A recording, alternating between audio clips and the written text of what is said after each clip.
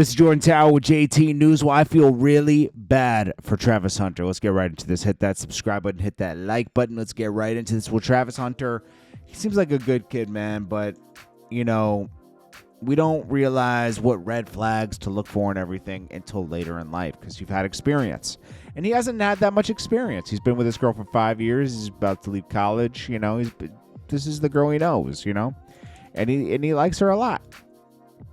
But she's doing her, okay? Supposedly, this guy leaks photos with him and her, and there's guys leaking text messages. Now, I don't want to leak the text messages because who knows if they're 100% true, but that's just what's happening right now. And, you know, all this happened, like, right away. I don't know if people are clout chasing.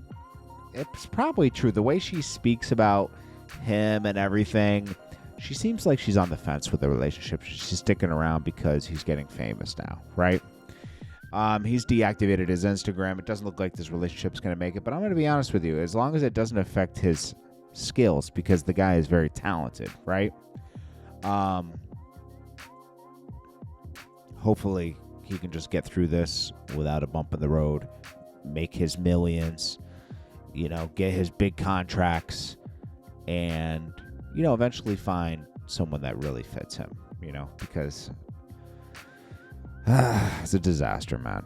You know, this could be a blessing. Wendy Williams goes to her son's graduation, and her son puts out a statement that, you know, she's better now, she's more sober now, and she's ready to come home. And I hope she's able to come home and be around family.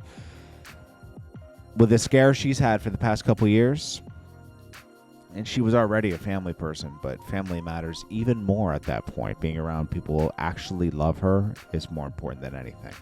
So I hope she's able to get home. I mean, I'm glad she's doing much better, too. Then we got Interscope's Larry Jackson.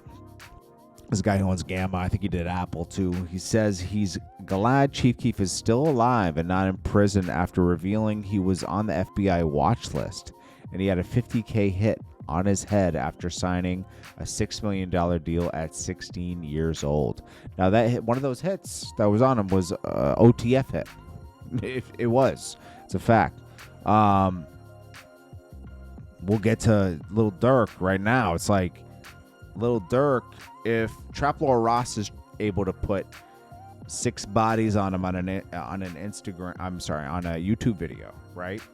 Imagine what the feds have on him. I don't think we've even seen all the charges for Lil Durk. Now, Lil Durk does have an excellent lawyer, Drew Finling, right? So he's going to get the best deal that's even available to him. But, you know, I don't know what the best deal is going to be. It's probably going to be like, I don't know, 10 to 20 years. You know, he'll probably get a reduced charge on murder for hire. You know, like they'll probably find a way or a loophole. Drew Finling's probably the best lawyer out there for this kind of stuff, next to obviously Mr. Steele. But yeah, I think Lil Durk is cooked. It is looking at football numbers.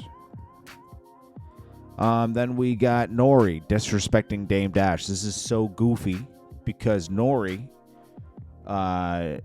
we've gone through this. You know, Dame Dash is probably going to respond today, but Dame Dash, all he said was, you know, Charlemagne and Drink Champs can't save you in this situation because, you know, Jay-Z is aligned with them and they do always come to his aid. But he said, you know, you really need white media back on your side. He's just giving advice to Jay. I mean, it's like Nori took that very personally, and Nori's been ridiculed by Dame in the past because Dame was there for Nori when he was down and out.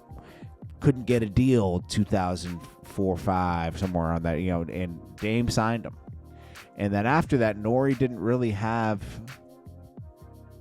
anything going on. Nori's career was pretty much over at that point. You know, he would go around Miami begging for verses and begging for whatever opportunity, living off his savings, you know, and eventually DJFN saw podcasting as a route for them, and I'm glad he did because Nori got back on track. But Nori was very cocky, pause, when he was on top as a rapper, and he would disrespect a lot of people and everything. That's why a lot of people didn't want to do him favors later, right?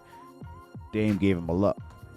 Now Nori's back to his old ways and, collecting watches that might not be a great investment. You never know with a watch,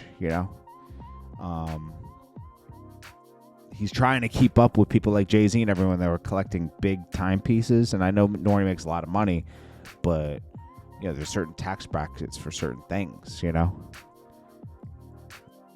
I don't know. He could be getting himself in a bad thing. But I don't like the way he's coming at Dame. He should have just ignored it and left it alone. There was no reason to say anything about Dame Dash.